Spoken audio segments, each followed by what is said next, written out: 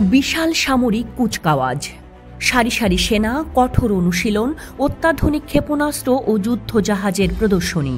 চীনের সামরিক শক্তি যেন আরও এক ধাপ এগিয়ে গেল। 2025 সালে চীন তার প্রতিরক্ষা বাজেট 7.2% বাড়ানোর ঘোষণা দিয়েছে।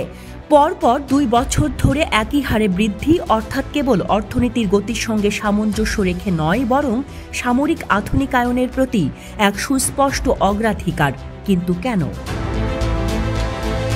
বিশ্ব যখন ক্রমবর্ধমান ভূ রাজনৈতিক অস্থিরতার মধ্যে, তখন চীন তার সেনাবাহিনীর সক্ষমতা বাড়ানোর এই সিদ্ধান্ত নিয়েছে। তাইওয়ান থেকে দক্ষিণ চীন সাগর, ইউক্রেন সংকট থেকে যুক্তরাষ্ট্রের সাথে প্রতিদ্বন্দ্বিতা, সবকিছুই যেন এই বাজেট বৃদ্ধির কারণ। চলতি বছর চীনের প্রতিরক্ষা খাতে বরাদ্দ 1.78 ট্রিলিয়ন ইউয়ান, যা প্রায় $245.65 বিলিয়ন। 2013 সালে শি জিনপিং প্রেসিডেন্ট হওয়ার পর এই বাজেট দ্বিগুণেরও বেশি হয়েছে।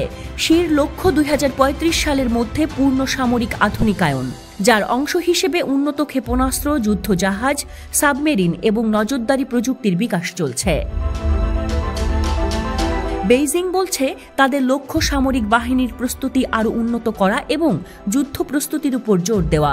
বিশেষজ্ঞদের মতে এর অর্থ আরও বেশি মহড়া, আরও বেশি সামরিক কার্যক্রম, বিশেষ করে তাইওয়ান প্রণালী এবং দক্ষিণ চীন সাগরের আশেপাশে।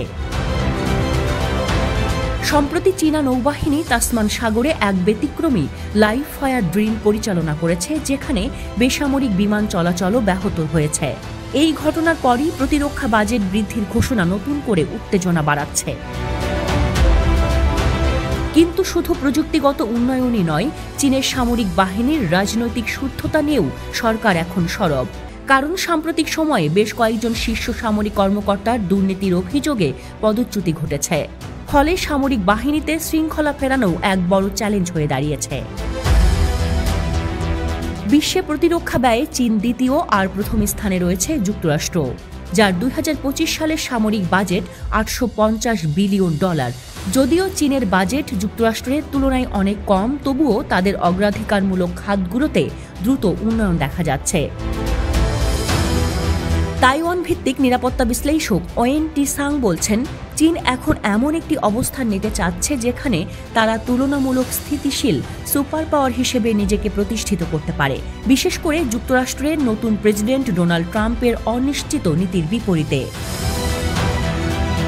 বিশ্লেষকরা বলছেন, চীনের এই বাজেট বৃদ্ধি ও সামরিক আধুনিকায়ন যে বৈশ্বিক প্রতিযোগিতার গতি বাড়াবে তা বলাই বাহুল্য। তাইওয়ানের উপর চাপ আরও বাড়বে, যুক্তরাষ্ট্র চীন সম্পর্ক আরও কঠিন হতে পারে এবং দক্ষিণ চীন সাগরের উত্তেজনা নতুন মাত্রায় পৌঁছাতে পারে।